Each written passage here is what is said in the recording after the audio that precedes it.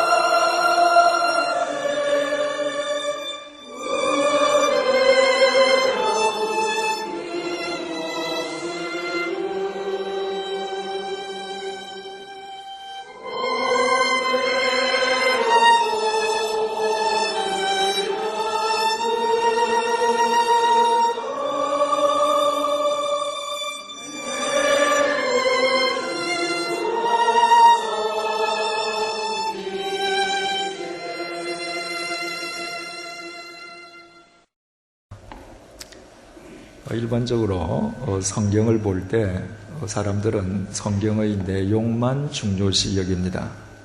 물론 내용이 중요하죠. 그런데 그 내용의 중요성을 바르게 파악하기 위해서는 그 내용이 어떤 배경 속에서 쓰여졌는지를 아는 것이 중요합니다. 말하자면 텍스트를 바르게 알기 위해서는 그 텍스트가 나오게 된 콘텍스트를 알아야 그 의미를 바르게 파악할 수 있습니다. 가령 예를 들어서 이런 경우를 한번 생각을 해보십시다.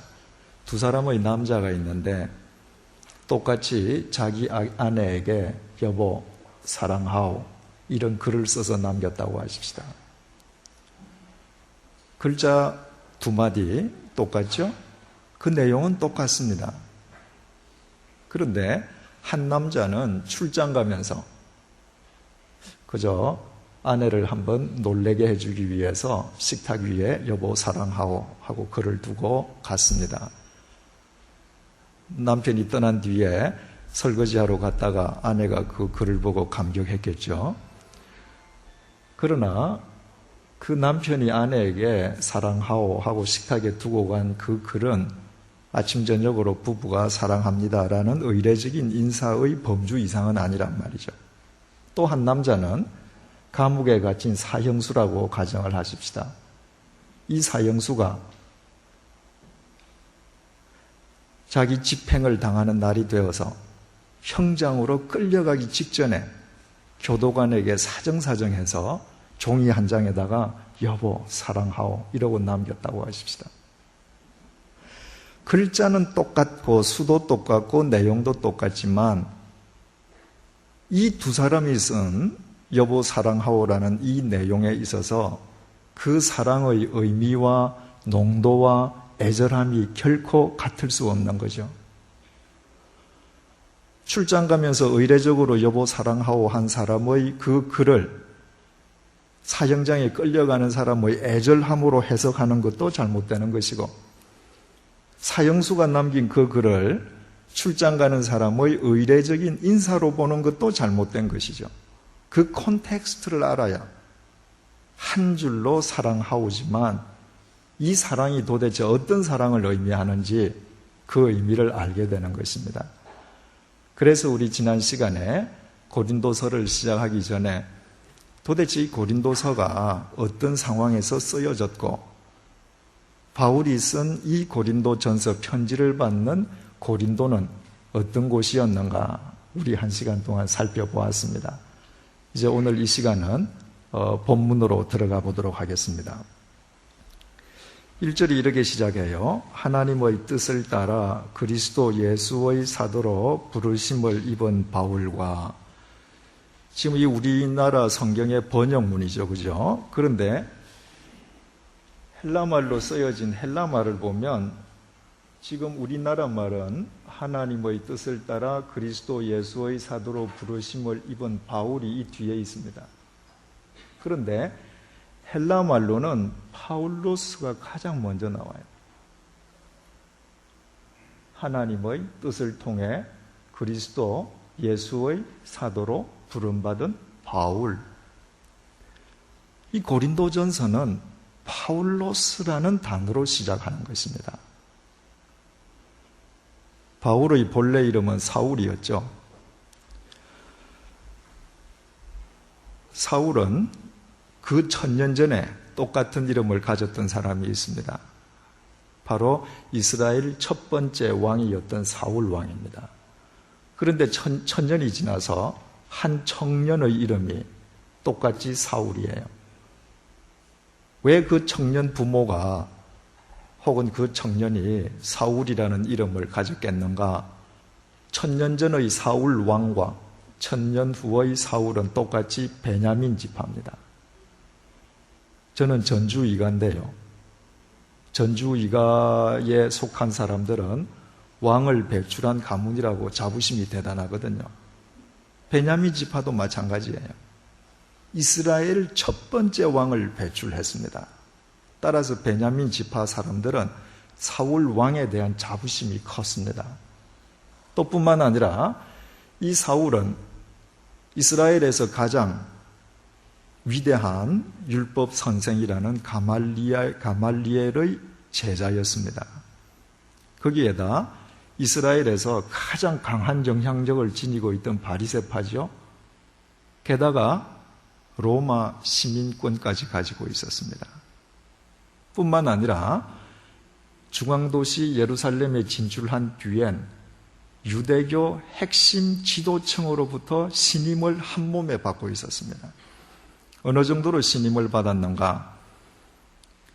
예루살렘에서 230km가 떨어져 있는 다마스커스에 있는 예수 믿는 사람들을 잡아오는데 그 일을 누구에게 맡겼는가? 대제사장이 너 가서 잡아와라 하고 체포영장을, 공문을 사울에게 맡길 정도로 사울은 신임을 받았습니다.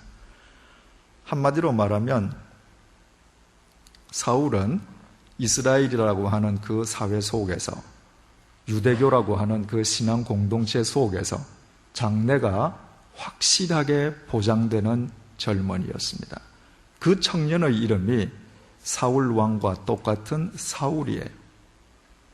그러면 이 청년이 얼마나 야망이 컸겠는지, 자기 자신에 대해서 얼마나 긍지를 갖고 있었겠는지, 자기 능력으로 안 되는 게 없다라고 생각했겠죠.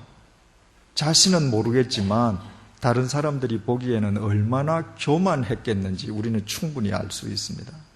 이 사울의 이름이 파울로스로 바뀌었습니다. 바울로 바뀌었습니다.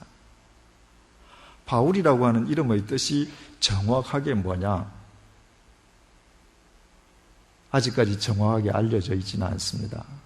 그러나 저 파울로스라고 하는 저 외래의 이름 자체가 헬라어 파우오하고 관련이 있다고들 생각을 해요. 헬라 말로 파우오라고 하는 것은 멈추다는 뜻입니다.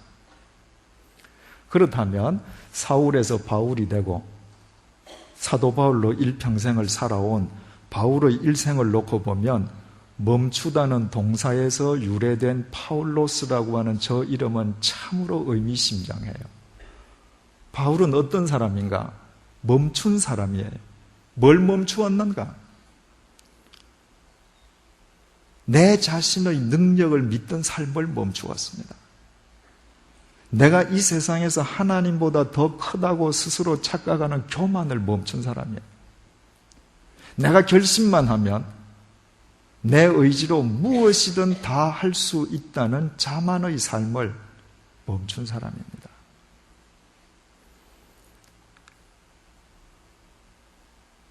이 사울이라고 하는 히브리 이름은 히브리 말 동사 샤알에서 나왔습니다. 샤알이라고 하는 동사의 뜻은 요청한다, 요구한다 이런 말이에요. 이 사울이 예수님을 만나기 전에도 그는 유대교 신자니까 하나님 믿었잖아요. 단지 그가 안 믿었던 것은 그 하나님이 인간의 모습으로 오신 분이 예수님이라는 걸 안 믿었거든요. 하나님은 믿었어요. 그런데 사울일 때 저 사람의 하나님과의 관계는 어떠했는가? 내가 필요한 것을 하나님에게 요청하고 요구하는 관계였습니다. 왜? 내 뜻이 하나님 뜻보다 더 크거든요. 내 계획이 항상 절대적인 거예요. 그러니까 하나님께 기도할 때 하나님 이거 이뤄주시오. 하나님 이 일을 위해서 이거 주시오. 내가 내 일을 계획할 때는 하나님이 필요 없고 내 뜻을 이룰 때에 아쉬울 때만 하나님께 요청하면 끝나는 거예요. 그게 사울이었습니다. 사울이 그 삶을 멈추었습니다. 내 뜻을 절대시하면서 하나님께 요청하고 요구하고 명령하는 삶을 멈추었습니다. 왜? 내가 하나님을 끌어가는 것이 아니라 내가 하나님께 사로잡혀 이끌려가는 그 삶이 참된 삶이라는 사실을 비로소 깨달았던 것입니다. 우리 준비 예배 드릴 때 요한복음 21장을 3주에 걸쳐 보지 않았습니까? 요한복음 21장은 참 중요하다고 했습니다. 복음서 사복음서의 마지막 장인 동시에 바로 사도행전과 연결되는 연결고리가 된단 말이죠. 그 연결고리를 중심으로 복음과 교회가 이어지는 것이거든요. 그 복음서의 결론장인 요한복음 21장 18절에서 주께서 뭐라고 말씀하십니까? 젊어서는 내가 스스로 띠띠고 내가 원하는 곳으로 다녔거니와 늙어서는 남이 내게 띠띠우고 원치 아니하는 곳으로 데려가리라. 사울은 자기 스스로 인생의 주인이 되어서 자기 원하는 대로 하나님께 명령하면서 가던 사람이었습니다. 그 삶을 멈춘 거예요. 뭐 하기 위해서? 주여 나를 띠띠우시고 나를 끌고 가소서. 내가 끌려가겠습니다. 그게 파울로스입니다. 저 파울로스라고 하는 이름이 고린도서 제일 첫머리에 시작한다는 것은 그런 의미에서 대단히 중요한 메시지를 우리에게 전해줍니다. 바울이 고린도 교회를 위해서 고린도전서를 쓰지 않았습니까? 그 당시에는 고린도 교인들을 위해서 썼는데 바울의 이 편지가 이 속에 담겨있는 모든 말들이 하나님의 말씀 로고스가 되었습니다. 그렇다면 제일 앞에 있는 저 파울로스가 우리에게 주는 메시지가 뭐예요? 내가 내 인생의 주인이 되는 것을 멈출 때 내 인생은, 내 삶은 비로소 복음이 담기는 그릇이 된다는 것입니다. 내가 내 인생의 주어가 되는 삶을 스스로 멈출 때 그때 하나님의 말씀은 비로소 나의 일거수일투족을 통해서 이 세상에 인카네이션, 육화된다는 것입니다. 우리가 성경 공부에 참여합니다. 하나님의 말씀을 읽습니다. 그러나 내가 사울이기를 멈추지 아니하면, 내가 바울이 되지 않으면 그것은 단순히 정보의 습득은 될 수 있을는지 모르지만 내 속에서 역사하시는 하나님의 레마, 생명력 있는 말씀이 될 수는 없다는 것이에요. 하나님의 뜻을 따라 그리스도 예수의 사도로 부르심을 입은 바울, 하나님의 뜻을 따라 그리스도 예수의 사도로 부르심을 바울이 입었다는 거예요. 여기에서 하나님의 뜻을 따라 하는 것은 여기 보니까 디아 셀레마토스테오, 하나님의 뜻을 통해서 through 혹은 by 이 말이에요. 하나님의 뜻을 따라서 무엇이 됐는가? 사도로 부르심을 받았습니다. 저 사람에게 그럴 만한 자격이 있거나 가치가 있었던가? 전혀 아니었다는 거 우리 알죠? 언제 부르심을 받았습니까? 예수 믿는 사람 죽이겠다고 잡으러 가던 다마스커스 도상에서 부르심을 받았습니다. 무엇에 의해서 부르심을 받았는가? 하나님의 뜻을 통해서 부르심을 받았다는 거예요. 그것이 하나님의 뜻이었습니다. 예수 믿는 사람을 핍박하는 것은 예수 그리스도에게 대적하는 것이지 않습니까? 그 대적자를 예수 그리스도의 사도로 부르시는 것이 하나님의 뜻이었다는 것입니다. 그렇다면 우리가 하나님의 뜻이라는 말을 흔히 사용하는데 바로 이 본문 속에서 하나님의 뜻이 도대체 뭐겠어요? 하나님의 뜻이라고 하는 헬라말 텔레마토스, 저것은 셀로라는 동사에서 파생된 말이에요. 셀로라고 하는 동사는 생각한다는 뜻도 있고 소망한다는 뜻도 있습니다. 소망이란 믿음의 또 다른 표현이에요. 믿기 때문에 소망하는 것이고 소망함으로 믿는 것입니다. 그래서 소망과 믿음은 분리되지 않습니다. 왜 하나님께서 예수님을 대적하던 사울을 부르셨는가? 하나님의 소망 때문이었다는 것입니다. 하나님의 믿음 때문이었다는 거예요. 여기에 대해서는 이번 주일 설교 예배 시간을 통해서, 설교를 통해서 더 상세하게 말씀을 드리겠습니다. 사도행전 1장에도 똑같은 이야기가 나오니까요. 중요한 것은요,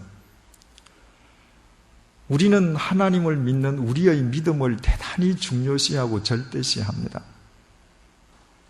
그러나 우리를 믿는 하나님의 믿음에 비하면 우리의 믿음은 아무것도 아닙니다.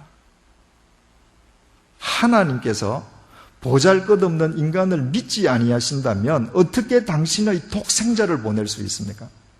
예수 그리스도께서 내가 저를 위해서 죽어 주었을 때 저가 다시 그리스도 안에서 거듭난다는 믿음이 없으면 예수님은 못 죽는 겁니다.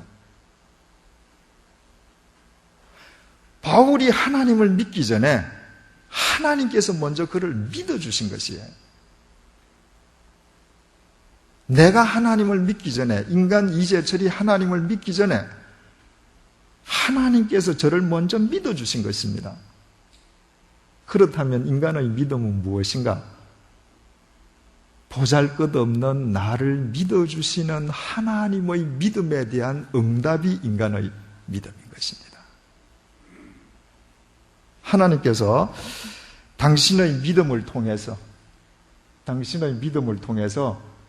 바울을 부르셨는데 뭘로 부르셨는가?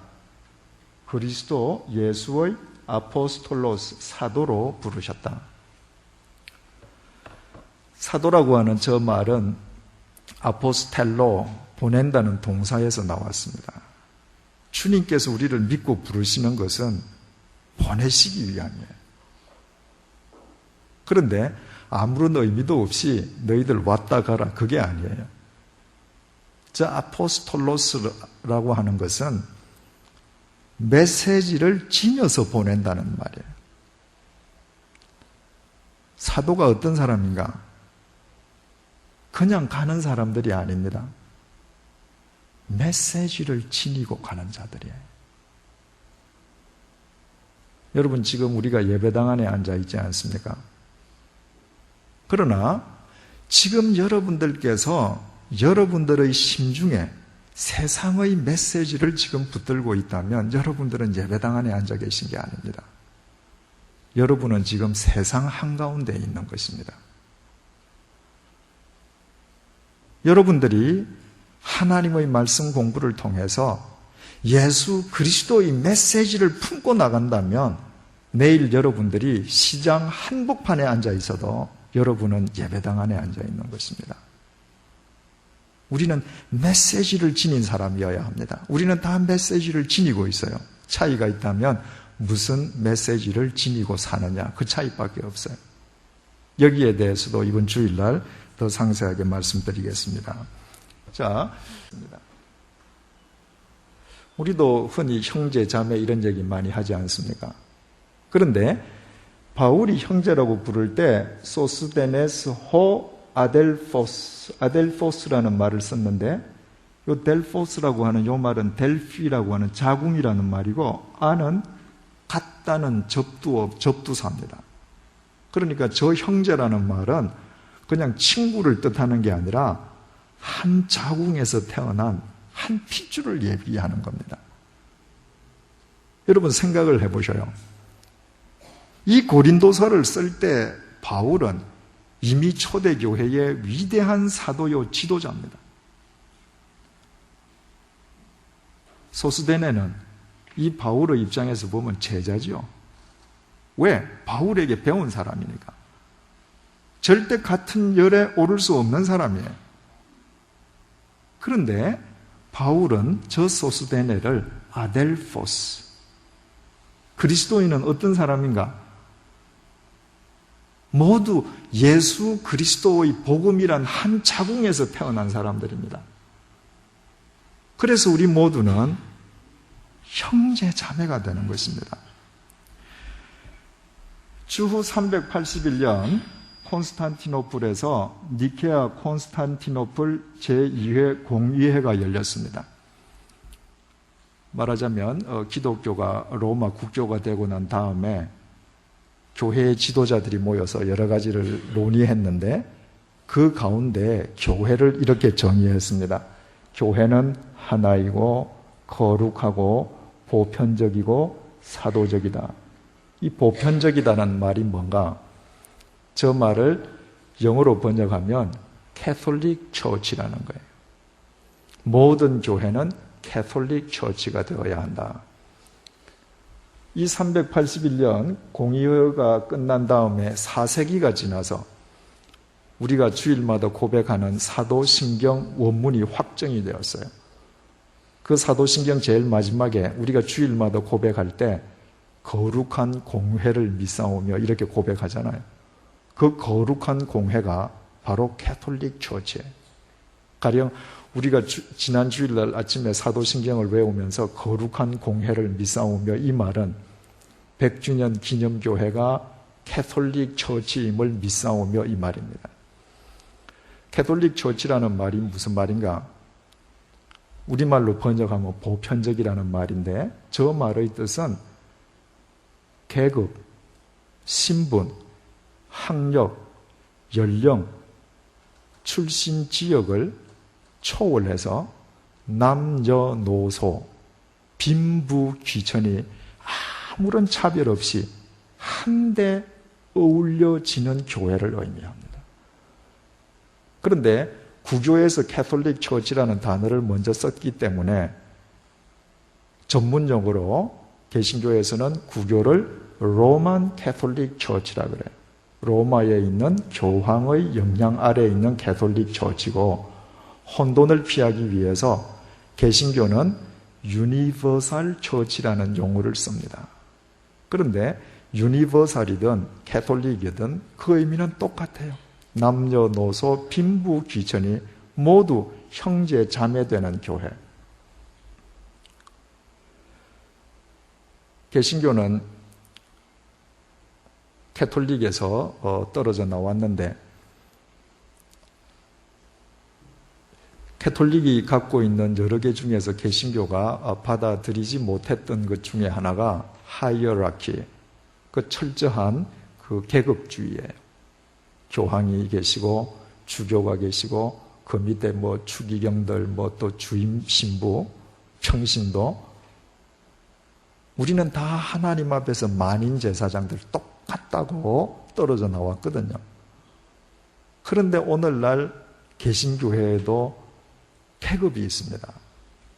서리집사, 안수집사, 권사, 장로 이 전부 계급이 지금 되어 있습니다.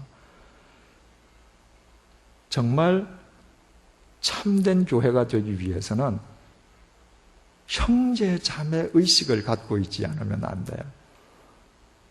제가 아는 지방 모 교회는 아예 모든 직분을 다 없애고 형제 자매로 부릅니다.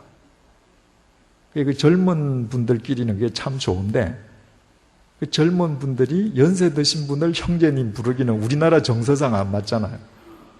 그러니까 형제님 못하고 저기요 뭐 이렇게 부릅니다.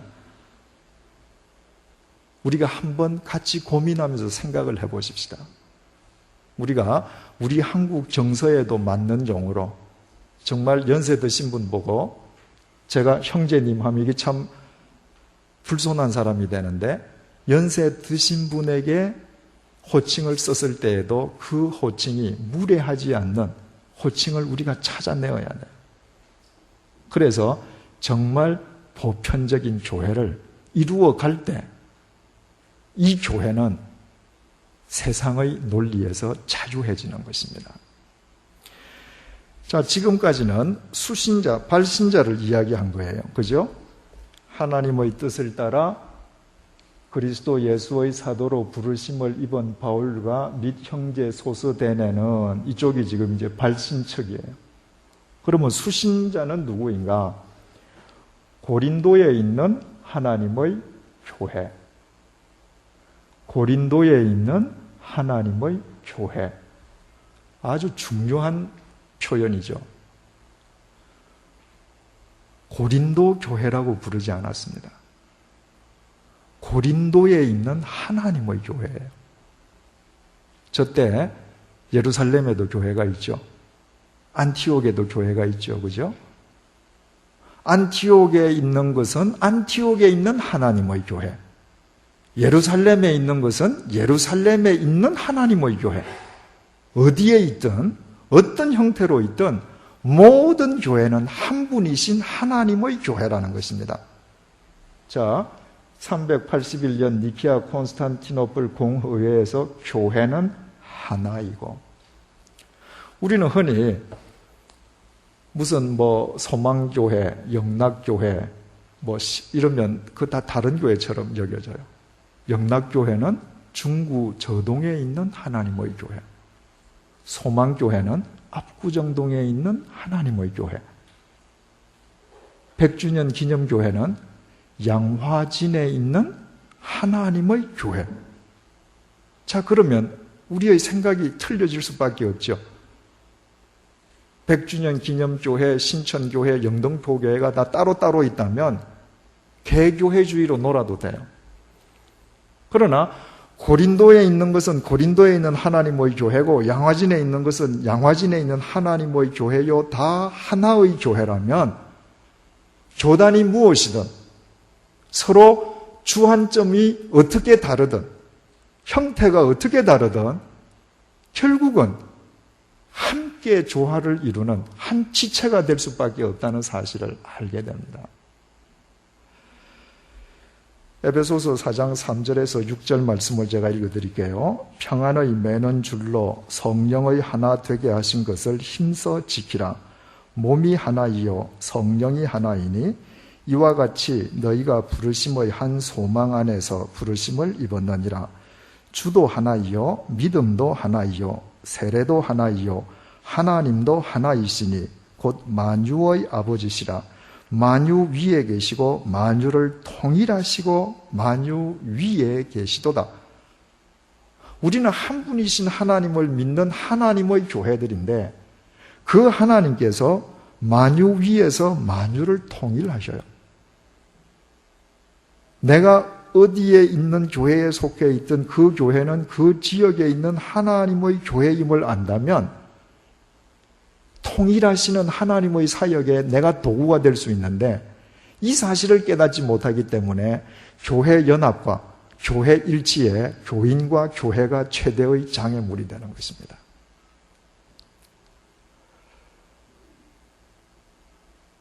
이 교회를 발족시킨 100주년 기념사업협의회는 이미 여러분들이 아시다시피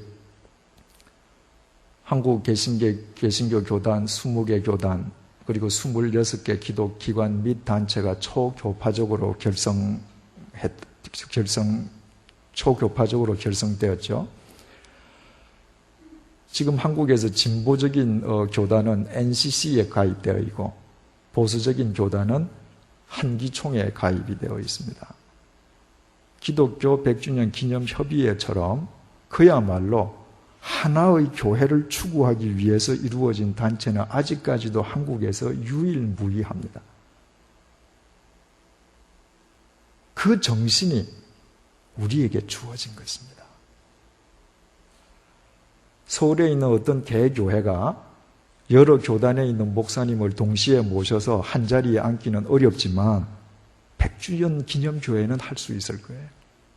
왜냐하면 그런 토대 위에서 세워진 교회니까. 만약에 우리가 우리 교회 자체만의 유익을 위한다면 이 21세기에 이 교회가 하나 더 세워지는 것이 하나님의 역사에 무슨 보탬이 되겠습니까? 그러나 우리가 하나의 교회를 이루는 미랄이 되기 위해서 우리 자신을 주님께 드린다면 이 조그만 공동체를 통해서도 교회 역사는 새로워질 수 있는 것입니다. 우리 양화진 이 교회 바로 앞에 절두산 성당이 있어요. 그건 뭔가? 절두산에 있는 하나님의 교회예요. 그렇죠? 여러분, 유럽에 가면 구교와 개신교의 성지가 동일한 장소가 여럿 있습니다. 왜냐하면 종교개혁을 할 때 하나님의 이름으로 서로 죽이면서 했잖아. 그러니까 전쟁터에서 개신교와 구교 신도가 같이 죽은 데는 개신교 입장에서는 개신교 성지고 캐톨릭 입장에서 보면 캐톨릭 성지죠. 그런데 서로 칼이나 총을 들고 피를 흘리지 않고 천주교 성지와 개신교 성지가 이렇게 한 동네에 나란히 마주보고 있는 것은 거의 세계에 유례가 없는 곳입니다. 16세기의 종교개혁자들은 그 동기가 어떠했든 간에 개혁을 하려고 하지 않았습니다. 레볼루션을 했던 것입니다. 레볼루션, 혁명이라고 하는 것은 구체제를 다 쓸어버리는 것입니다. 말하자면 종교개혁자들은 구교라는 구체제를 이 땅에서 쓸어버리기 위해서 싸웠습니다. 그러나 하나님께서는 허락하시지 않았습니다. 레볼루션이 아니라 리포메이션으로 끝나게 했습니다. 구교는 교황을 정점으로 구교의 영향권에 있는 왕들과 군대를 동원해서 개신교도들을 이 땅에서 씨를 말리려고 했습니다. 하나님께서는 허락하시지 않았습니다. 그래서 천주교라는 기둥도 있고 개신교라는 기둥도 있어요. 무엇을 의미합니까? 하나님께는 이 두 기둥이 다 필요한 거예요. 바꾸어 말하면 하나님 보시기에는 이 두 기둥이 다 불완전한 겁니다. 이 두 기둥이 서로가 자신들의 잘못된 것을 버리고 상대의 좋은 점을 배우고 상호 보완이 될 때 비로소 온전한 하나님의 교회가 이루어질 수 있기에 하나님께서는 두 기둥을 다 쓰고 계시는 것입니다. 우리는 위치적으로 절두산에 있는 하나님의 천주교회와 마주보고 있습니다. 숙명적으로 우리는 저분들과 더불어서 살아가야 합니다. 제 경험상 천주교회하고 친해지는 건 쉽지 않습니다. 제가 서울에서 목회할 때도 경험이 있고 제네바에 있을 때도 제네바에 모이는 천주교회와 이제 저희들 같이 예배도 드리고 교류도 갔는데 몇 번씩 찾아가서 공을 들여야 돼요. 그러나 그리스도 안에서 가는 길이 서로 다르게 보여도 그리스도의 이름으로 서로 연합할 수 있는 가능성을 서로가 공유했다는 것은 대단히 큰 의미가 있었죠. 교회는 하나의 교회여야 합니다. 자, 그 다음에 고린도에 있는 하나님의 교회인데 이 하나님의 교회라는 게 뭔가? 곧 지금 하나님의 교회를 설명하는 거예요. 교회란 그리스도 예수 안에서 거룩하여지고 성도라 부르심을 입은 자들. 여러 번 말씀드렸죠. 교회는 시스템이 아니고 빌딩이 아니라고 그랬습니다. 교회는 뭔가? 우리 자신들이에요. 사람들이에요. 사람들의 모임이 교회인데 어떤 사람들의 모임인가? 그리스도 예수 안에서 거룩하여졌다는 것입니다.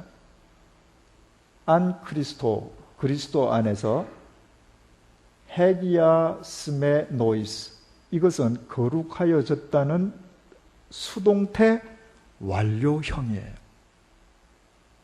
주님께서 나를 부르시고 야, 너 이리 와라. 그리고 너 거룩해지면 내 거룩한 교회라고 해줄게. 거룩하게 하면 살아볼래? 그게 아니에요. 저의 모든 허물과 부족함과 죄투성이의 과거에도 불구하고 그분께서 십자가 안에서 그분이 흘리신 보혈로 말미암아 너는 이미 거룩하게 되었다. 완결되었다는 거예요. 그러므로 지금부터 거룩하게 살라는 거예요. 또 거룩하여졌는데 그 사람들을 성도라 부르심을 입은 자들이다, 이렇게 표현을 했습니다.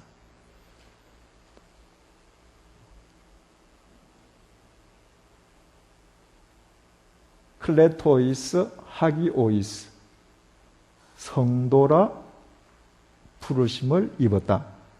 우리말로는 성도라고 번역이 되어 있는데 하기오이스를 영어로 번역하면 어떻게 되죠? 세인트예요. 세인트. 여러분들 우리가 뭐 김성도님, 뭐 이아무개 성도님 아무 부담감 없이 부르죠.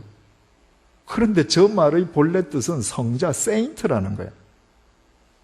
가령 누가 저더러 이재철 성도님 이런 부담감 안 느낄 거예요. 그죠?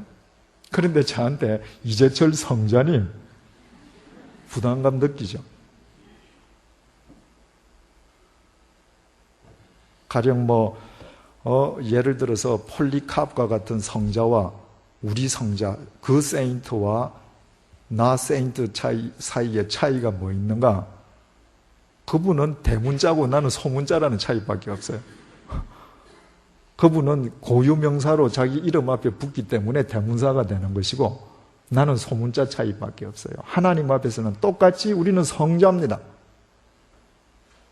이미 주님께서 성자로 불러주셨기 때문에 우리는 성자답게 살아가는 것입니다. 그렇다면 여러분, 하나님께서 너 거룩하게 되었다고 완료형으로 얘기하시고 너는 세인트라고 불러주셔서 우리가 거룩하게 살아간다라고 할 때 이 세상에서 거룩하게 살아간다는 것이 구체적으로 무엇을 의미합니까? 거룩한, 장엄한 예배 의식입니까? 아니면 성스러운 언행입니까? 물론 그런 것으로 표현될 수도 있습니다. 그러나 거룩하다는 것은 훨씬 더 본질적인 거예요. 우리 지난번에 그 폐허화된 고린도를 복원한 그림을 보았죠. 한번 보십시다. 자, 지금 이 그림이 옛날 고린도 중에서 성안 모습이라고 그랬습니다. 바로 이 뒤에 아크로 고린도가 있다고 그랬죠. 높은 고린도가 있는데 그 위에 아프로디테, 비너스의 신전이 있습니다. 그래서 거기에서 여사제들이 1,000명이 낮에는 제사를 드리고 밤이 되면 전부 나와서 신의 이름으로 매음을 합니다. 환락의 도시가 되는 거죠. 아폴로 신전 있고 옥타비아누스 신전 있고 또 헤라클레스 신전도 있고 여기에 요 성 안에만 12개의 신전이 있습니다. 이 성 둘레가 10km라고 그랬죠. 여기에 레기온 도로가 있는데 이 도로가 엄청나게 넓은 도로였죠. 위에서 보니까 이 도로가 저 레기온 항구까지 연결되면서 그 주위에 인구 60만 명이 퍼져서 삽니다. 이 거대한 도시에 이 도시의 논리가 왜 없겠어요? 저 도시에서 출세하기 위해서는 어떻게 해야 되고 저 도시에서는 어떻게 해야 성공한 사람이고 저 도시에서는 어떻게 해야 대접받는다는 저 도시의 논리가 있는 것입니다. 하나님께서 이 도시에서 당신의 백성들을 너희들은 거룩한 교회라고 부르셨어요. 그리고 여기 셈 있는 여기에 회당에서 예배드리다가 쫓겨나서 유수도라는 사람 어느 집 어딘지는 정확하게 모르지만 예배드린다라고 했습니다. 그러면 황제가 신전에 앉아서 인간으로부터 경배를 받는 황제의 논리, 황제의 논리라는 건 그저 내 욕망대로 하고 싶은 대로 다 하는 거죠. 그죠? 그 황제의 논리가 판을 치는 이 도시에서 하나님께서 너희들 거룩하게 살라고 성자로 불러내실 때 거룩함의 의미가 뭐겠어요? 이 세상의 논리에서 벗어나는 것입니다. 거룩이라는 것은 구별이라고 그랬죠. 하나님께서 너 거룩해, 내 거야 구별해 놓으셨어요. 그리스도인들은 구별된 삶을 사는 거예요. 지금 고린도에 있는 사람들이 이 고린도 도시를 압도하는 황제의 논리, 고린도의 논리를 쫓으면서 거룩해질 수 있는 길은 절대로 없습니다. 저기서 벗어나는 거예요. 어떻게 벗어날 수 있는가? 아니, 눈에 보이는 것이 거대한 권력이고 물질이고 향락이고 온갖 보이는 것이 나를 압도하고 있는데 이 물신주의 세상 속에서 내가 어떻게 저 거대한 흐름을 거스릴 수 있는가? 방법은 하나밖에 없습니다. 시간 여행하는 거예요. 타임머신을 타는 겁니다. 100년, 200년 후로 지금 날아가는 거예요. 어떻게 됐죠? 이 다음에 보셔요. 그 거대한 도시가 바로 여기에 있는 고린도, 아크로 고린도에서 지금 내려다본 건데 이게 지금 항구로 가는 길입니다. 아폴로 신전에 지금 뼈대만 남아있고 옥타비아누스 신전은 사라지고 초토화됐습니다. 이 집들은 전부 다 근래에 지어진 집들이에요. 이 근처에 60만 명이 살았음에도 불구하고 흔적도 없습니다.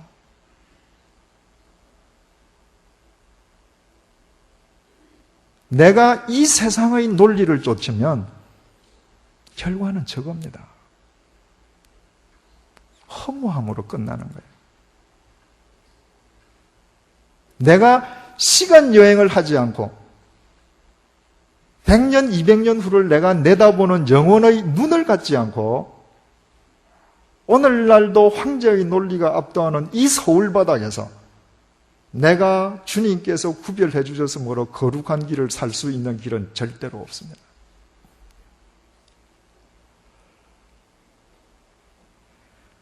사도 바울이 고린도후서 4장 18절에서 이렇게 얘기하죠. 우리의 돌아보는 것은 뭐라고요?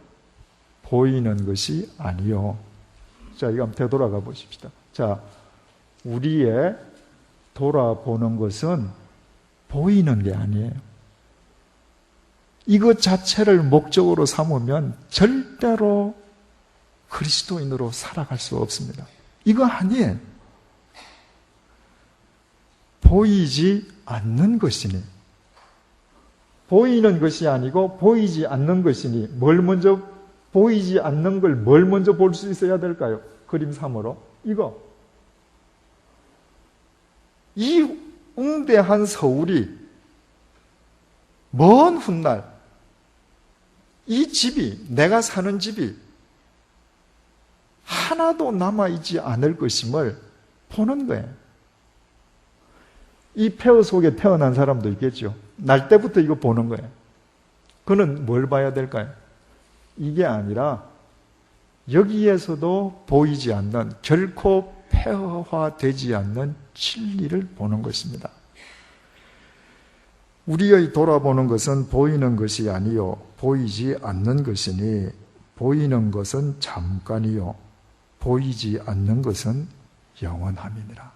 여러분, 우리가 그리스도인이 된다는 것은 영원을 사는 사람이 되는 것입니다. 따라서 이 영원의 눈을 갖지 않고서는 우리는 거룩해질 수 없습니다. 본문으로 돌아갈까요? 교회는 하나이고 거룩하고, 여러분, 교회는 거룩해야 합니다.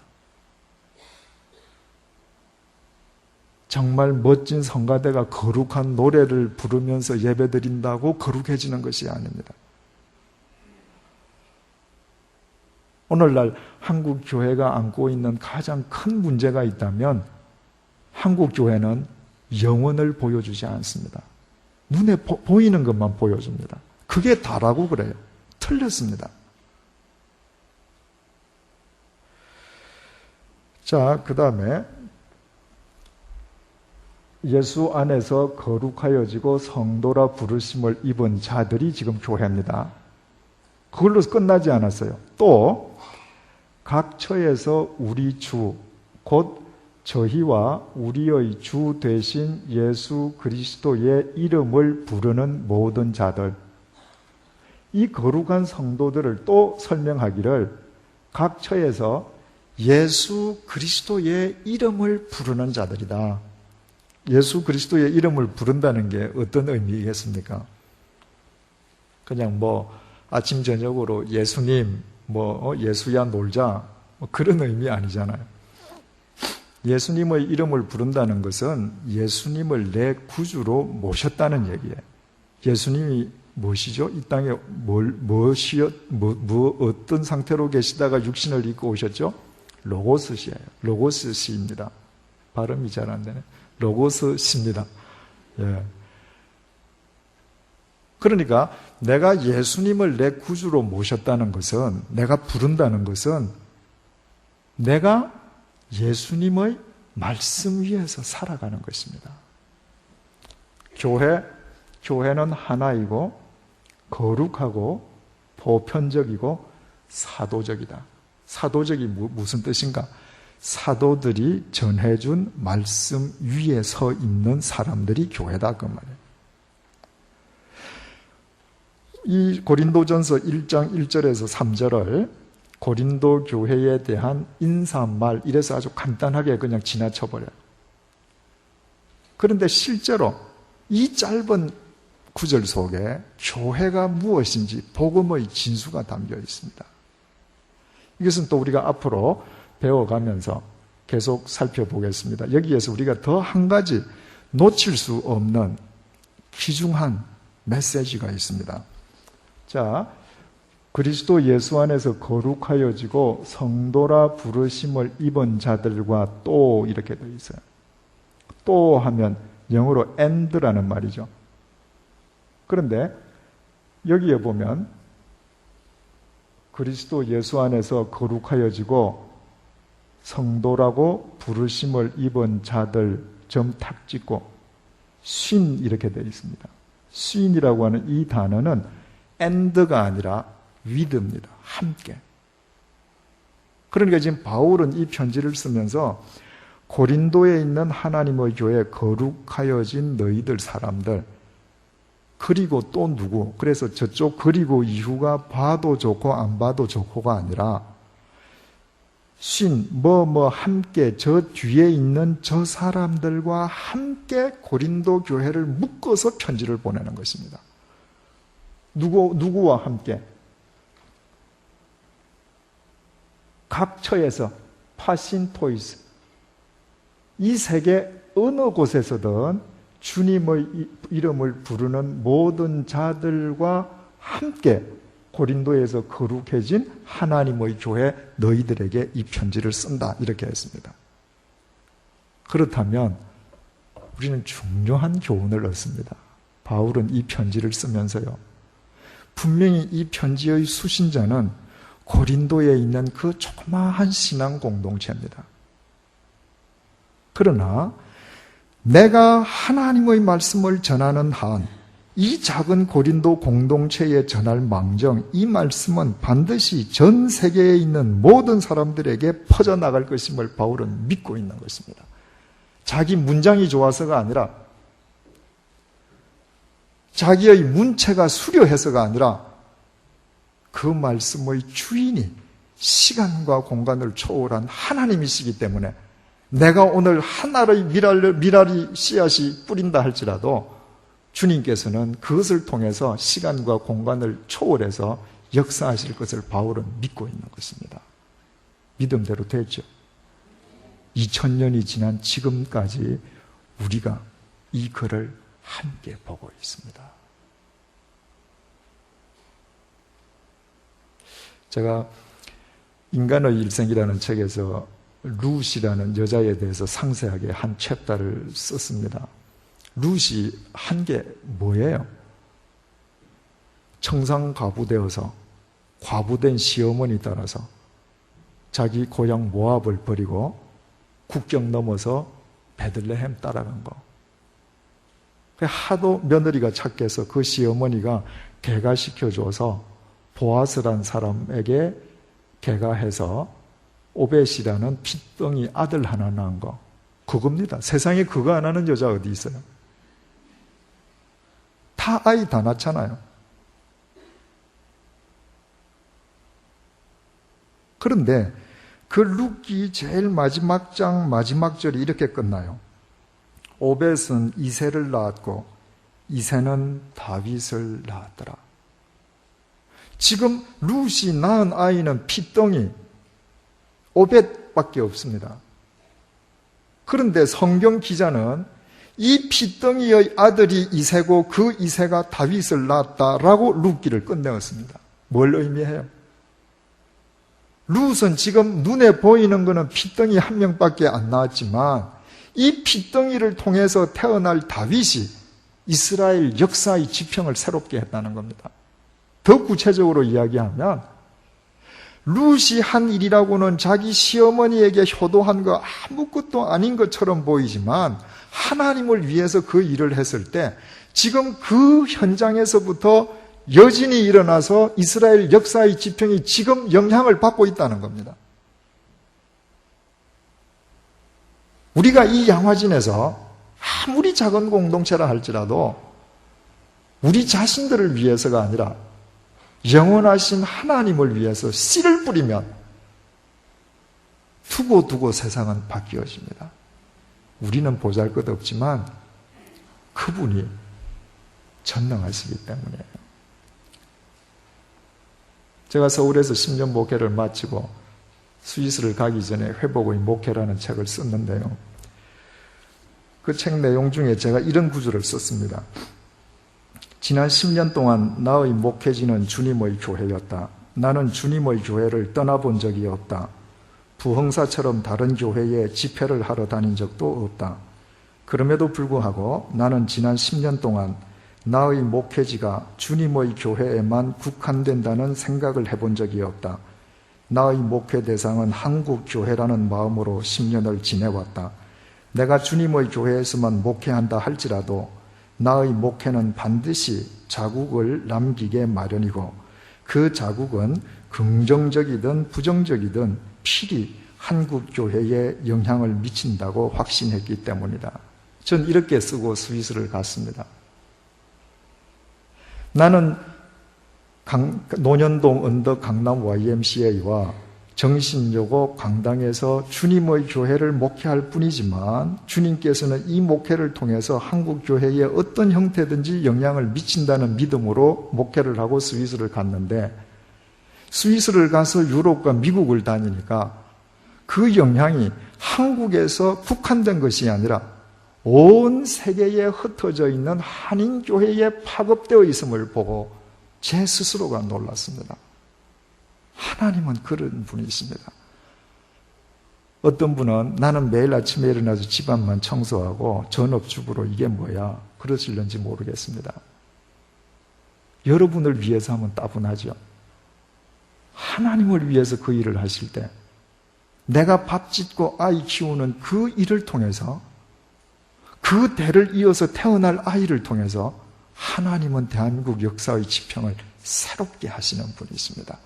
이 사실을 믿는다면 우리는 하나의 교회, 거룩한 교회, 보편적인 교회, 사도적인 교회의 일원으로서 이 시대를 주님과 더불어 멋지게 살아갈 수 있는 것입니다.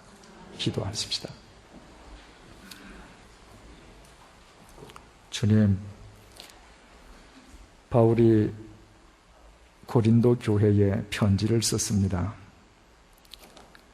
우리말 성경은 바울이란 이름이 많은 단어 뒤에 나오지만 원문을 보니 바울이란 이름이 제일 먼저 나왔습니다. 주님, 우리 스스로 우리 인생의 주인이 되던 인생을 이 시간부터 멈추게 하여 주옵소서. 우리의 심령에 하나님의 말씀이 담기게 도와주시고 우리의 삶을 통하여 하나님의 말씀이 이 땅 위에 인카네이션 되게 도와주옵소서. 우리 자신들이 하나의 교회, 거룩한 교회, 보편적 교회, 사도적 교회임을 잊지 말게 도와주옵소서.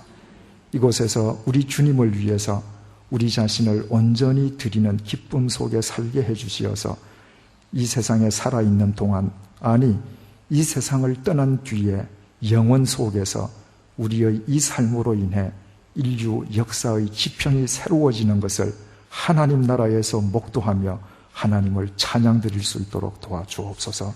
그 위대한 행군의 첫 출발이 이 밤부터 시작되게 도와주옵소서. 예수님 이름으로 기도드립니다. 아멘.